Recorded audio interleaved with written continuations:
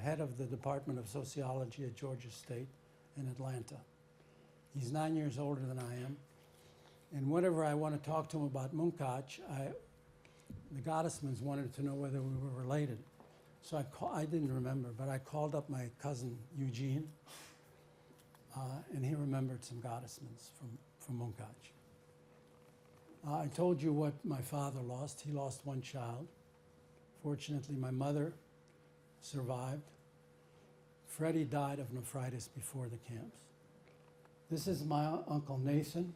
He had a wife and 2 children. All of these people were lost.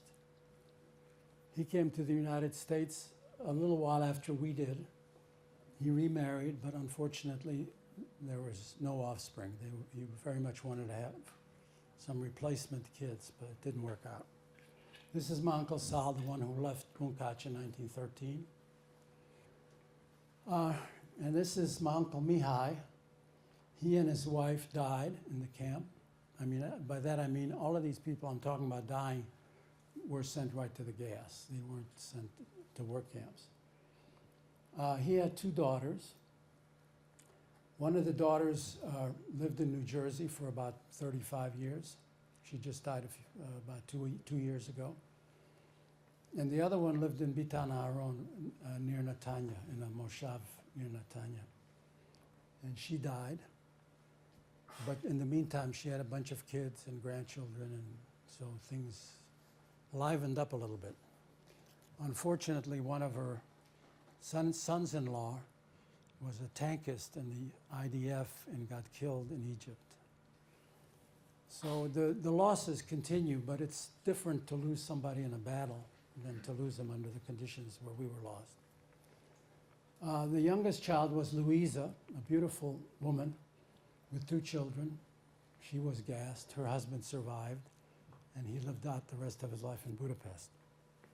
So I would say we lost about half of the immediate family. And when we went out a little beyond that, it was roughly the same proportion. And we consider ourselves lucky, because if we had lived in Poland, where the Tzoras started in 1940, and we ran into some people in the camp who'd been in the camp for 4 and 5 years, those people, out of the 3 million Polish Jews, there were maybe 200,000, 300,000 who survived. So relatively speaking, we were lucky. May I have the next slide? Now, my father, when we came to the United States in 1946, I was 12 at that time, he did his internship at the Jewish hospital in St. Louis. He was 43 years old, and he was determined to practice medicine. He didn't want to do anything else. So he did his internship at the Jewish hospital. His favorite saying was, "I can break iron." And he did. He got his license. He developed a very successful practice. And they were very active and socially, and they gave money to a variety of causes. We have the next one. Including a place in Jerusalem where there's a thing called Schonfeld Synagogue. Next, please.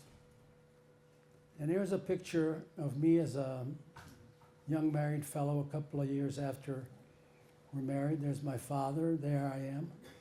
Son's mustache and with black hair, no less. And this is my oldest son, Josh.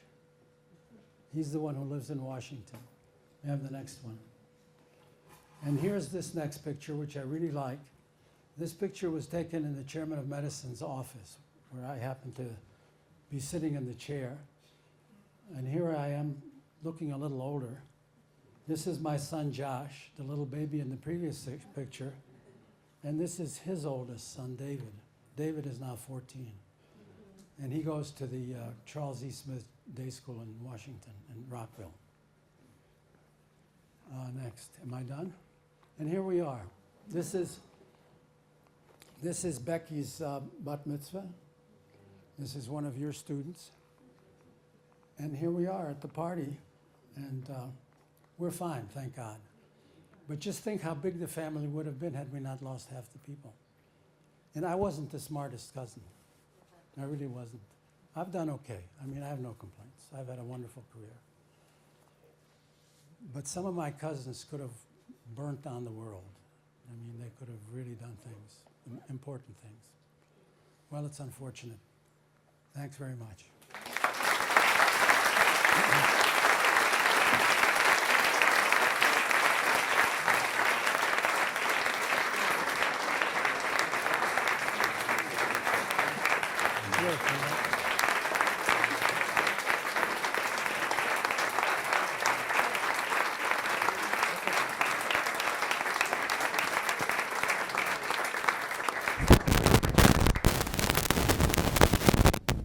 I'm happy to answer questions if you still have the patience and the time.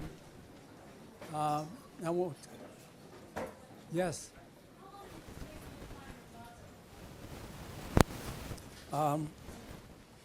My mother, as I told you, wound up in northern Poland. She was liberated by the Russians. Before we left, we agreed that those who survived would all go back to Munkac. She went back to Munkac along with all the other relatives. But my father and I went to Prague because after we were done in this convent, 6 weeks of recuperation in the convent, the American Army put us in their big Dodge trucks. I don't know if any of you remember those big Dodge trucks. And they drove us to Pilsen. Pilsen is the easternmost place where the American Army could go by the agreement between Stalin and Roosevelt. And from Pilsen, we went to Prague by train. My father, having gone to medical school in Prague, had connections. And so he found a job in a tuberculosis sanatorium outside of Prague in a place called Nová Ves pod Pleší, where we spent a year. He decided that he was not going to go back to Munkac. He was going to find a way to get word to my mother that we had survived, but he wasn't going to go back to Munkac. And the reason he didn't want to go back is because he found out the Russians were there. The Russians had a terrible, terrible reputation among Jews for being Class A anti-Semites.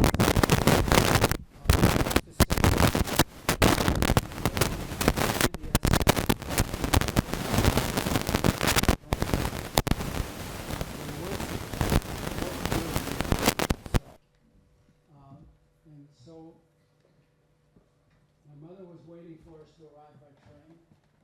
She would go out to the train station every day in Munkac, and we weren't to be found.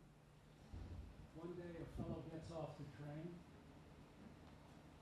and he comes to her and says, I just saw your husband and your son. And she didn't believe, particularly the son part. Well, not because these were malicious lies, people were trying to be helpful. So she said, well, I don't believe you. And she pulled out a piece of paper on which she'd written the address where we were, and she recognized the handwriting. And that was the first time she believed that both of us had actually survived. And so she and a cousin took a train. I won't bore you with the details, but they wound up coming up to this place where the sanatorium was. And we were waiting on the platform, my father and I, and she was in the train with a cousin. This cousin, whose name is Shadi Reinhardt, now Farkash, lives in San Diego. Miriam and I were visiting with her a couple of years ago. We visit her fairly often. She was telling us with tears in her eyes, can you imagine, this is 60 plus years later, and she was crying as she was telling the story. My mother saw me and my father at the station, and she says to Shari, I'm a mother again. So that's how we got together. Any other questions? Yes, ma'am. First of all, thank you for an incredibly compelling story, but more importantly, the humor that you can still have in telling the story is incredible. But as a boy of 10, how did you Credit for surviving because, A, he would sometimes not eat and give me his food. Even before the camp, while he was drafted to serve with the Hungarian army, not in the usual sense, because they didn't permit Jews to be in the real army. This was like slave labor for a doctor. He came home one day and he gave me a shot. And I said, "What is this for?" He says, "Well, it's medicine to keep you from getting typhus." And a few weeks later, he came home with a raging fever and typhus. You can figure out what he did. He gave me the shot and he got the typhus. This was before we even went to the camp. In the camp, he would tell me he'd already eaten. He wasn't hungry. Periodically, particularly in Mühldorf, people would come down from Dachau and they would select out those prisoners who they felt couldn't work anymore, and they'd ship them off to Dachau for burning, gassing and burning. Whenever that happened, he'd always find me a job. So I give him most of the credit, I would say. I mean, it probably didn't hurt that I was big, and that I came with probably some measure of adiposity as a reserve, but he deserves most of the credit.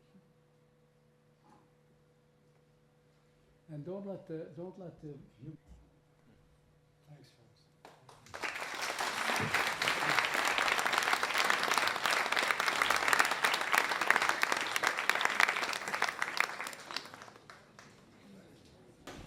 And it's basically a memoir, and it's available through Amazon.com. And I urge you to buy it because the money will go to the school.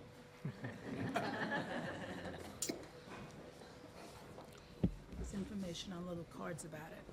We have information about the book on some cards, which Inside, in in the other room where the archives are open for your viewing. So if you can light each other's candles, we can get this thing going. Please. If everybody could just They're all lit already. grab a candle and find another lit candle, we can accelerate this. Thank you.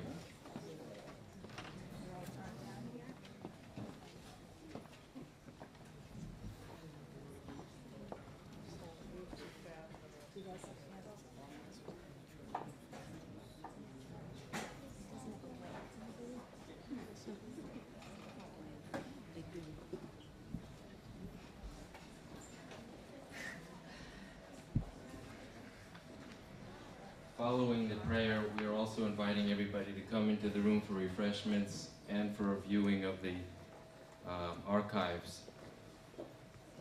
So please join us after this.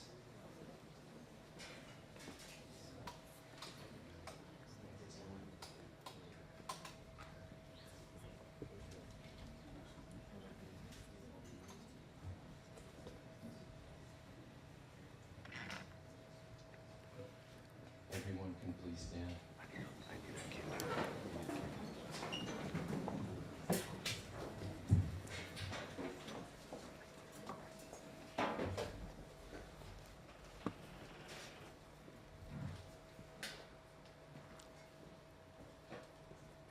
El Malei Rachamim Shochen Ba'amromim Hamitzei Menucha Nechona Tachat Kanfei HaShechina B'mahalot Kedoshim Utehorim Kezohar Harakia Mazehirim Et Nishmahot Kol Achenu B'nei Yisrael Anashim Nashim V'taf Shenehergu V'shenitbechu V'shenisrefu V'shenechneku V'gan Eden Tehei Menucha Chatam. Ana Balarachamim. Hastireim beseter knafecha leolamim. Utzror bitzror hachayim et nishmotehem. Adonai hu nachalatam. V'yanuchu v'shalom al mishkivotehem. V'nomar Amen.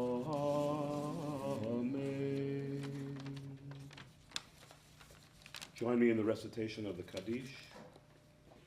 Yitkadal v'yitkadash shemei Rabbah, v'yalma divrach chirutei, v'yamlich malchutei, v'chayechon v'yomechon v'chayei b'chol Beit Yisrael, v'agala u'bizman kariv v'yimru Amen. Yehei shemei Rabbah mevorach li'olam u'yomei amayim. Barach v'yishtabach v'yitahar v'yitramam v'yitnaseh, v'yithadar v'yithaleh v'yithalal, shehei v'dusha v'richu. Le'ela min kol birchata v'shirata, v'tushbechata v'nechemata, da'amiran v'yalma v'yimru Amen. Yehei shalom Rabbah min Shemaya, v'chayim aleinu v'yal kol Yisrael v'yimru Amen. Oseh shalom b'mromav, hu ya'aseh shalom, aleinu v'yal kol Yisrael v'yal kol yoshvei tevel v'yimru Amen. Please join in the singing of Hatikva. Kol ha'eva nima, nefesh Yehudi homiyah, ulefatei mizrach katima, alim et Zion Sophia. Od love tikvateinu, atikva shnot alpayim, liot amchoshi be'artzenu, Eretz Zion Yerushalayim, liot amchoshi be'artzenu, Eretz Zion Yerushalayim.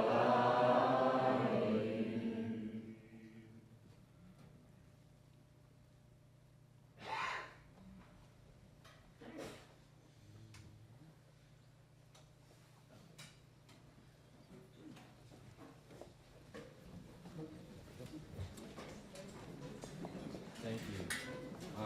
There is one request. There is a member of the audience that is actually saying Kaddish and would like to have a group of people to join him in the chapel for the evening service. So anyone that is available to do that, that would be wonderful. The chapel is at the end of the hall to the left. Thank you all for coming, and you can join us in the room next door.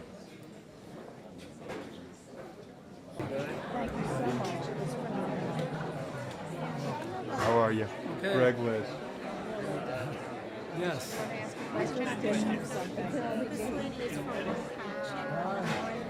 that was very moving, my story. I didn't lie too much. No, everything was true. You were in Dachau too. I was in Auschwitz and in Dachau. Where in Dachau? Allah? I don't remember. But what was We your were just there family's for name? about 10 days. And how does it look? Oh, I wasn't there after the war. Feuerstein, yeah. Oh, you have not. But Mrs. Artman's I had enough. Once is enough. Mrs. Artman's family name in Munkach was Feuerstein? Feuerstein. Feuerstein. Did you know that? I mean, the name sounds familiar, but Of course. I was 10 years old. I don't know. Yeah, I think I remember your mother because which year was she in New York? Do you remember? When she was in New York, Because I Well, think she she worked- visited my mother. My mother survived and my brother survived. where did your mother live? Originally No, in New York. in New York in Forest Hills. She was raised and she didn't dye her hair and she was so beautiful and I said, what a beautiful lady. Yeah, and she never got it. she didn't dye. But your mother. And My yeah, and mother she, never my died. mother was sick and she came to see her. I'm actually from Germany. I'm here for the semester. So I visited some of these places. Thank you Where do you live in Germany? Munich. Next to Dachau. What? I visited a few times Dachau and all this stuff. Thank you very much. Hi, my name is Daniela Schlisser. Thank you for speaking to us. I have a question.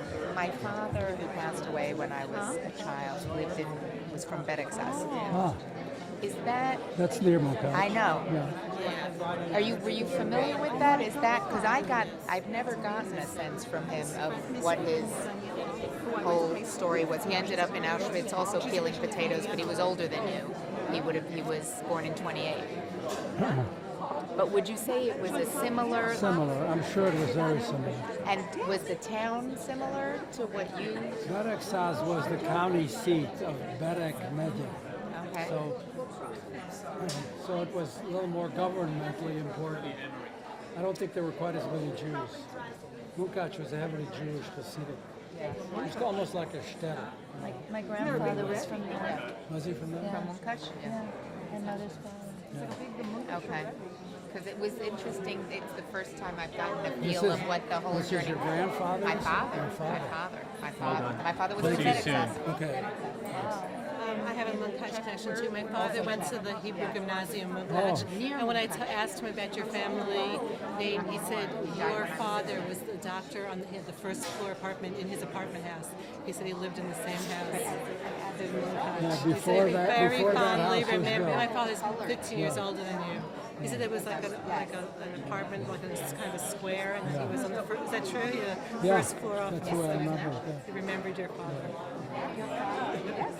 He looks also remarkable. Yeah. So, But I didn't, because I was so young, I was a senior. No, he was born in 28. thanks for coming. Yeah. I'm so glad Thanks for to hear. inviting us. It was terrific. I know. We'll see you soon. Okay. We met, we had dinner at your daughter's, and we all had on a Friday night. So, you are an amazing storyteller. Thank you. The Brookses? Thank you so much for the talk. My father's from Arad. I don't know if you know Arad. Yeah. We actually went to visit his hometown about 20 years ago. We rode through Aradja. There's a shul there. Beautiful shul. It's still there. It's like a ghost town, but it's a shul. We walked in a Sunday morning. Someone let us in. It's phenomenal.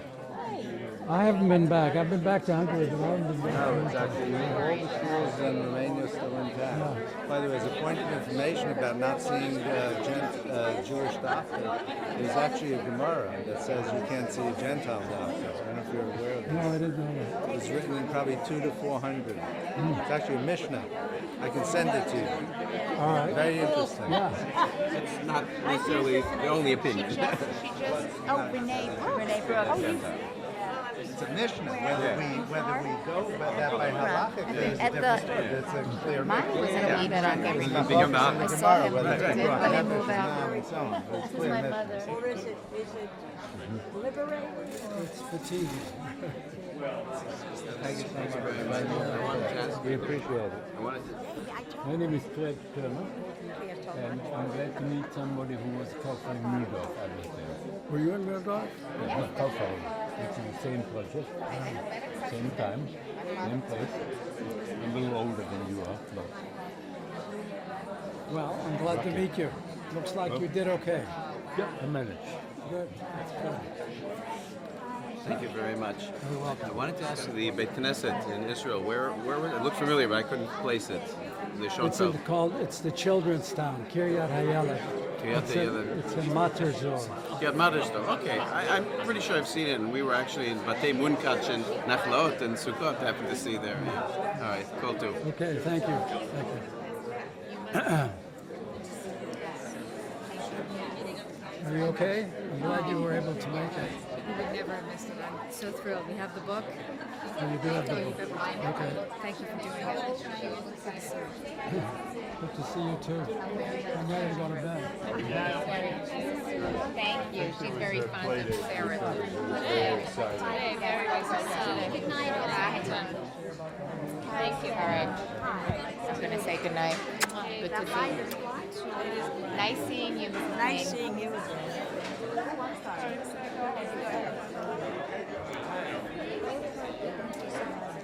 The doctor, family friend, I don't know the name, made some operation on his leg so he couldn't serve. And I've never heard of that. That's the kind. I've never heard of that before, so when I saw it in writing, oh my God, I had the chills. It's very moving.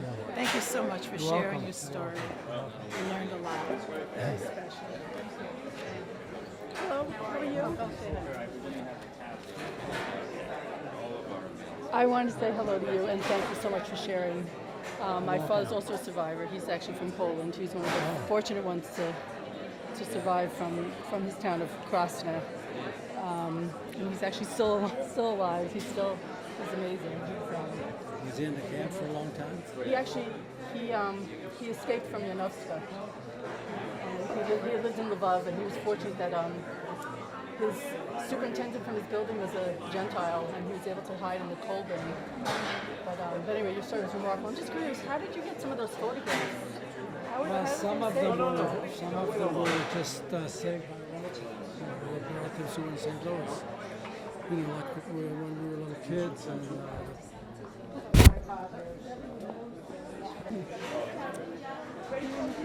Okay. I'm a goddessman. I married a goddessman. My wife is a goddessman, but my grandfather worked for the Joint. Did the Joint help you at all? I don't think so, because we had relatives, so. Right. So they sponsored you. You spoke beautifully. Thank you very much. Thank you.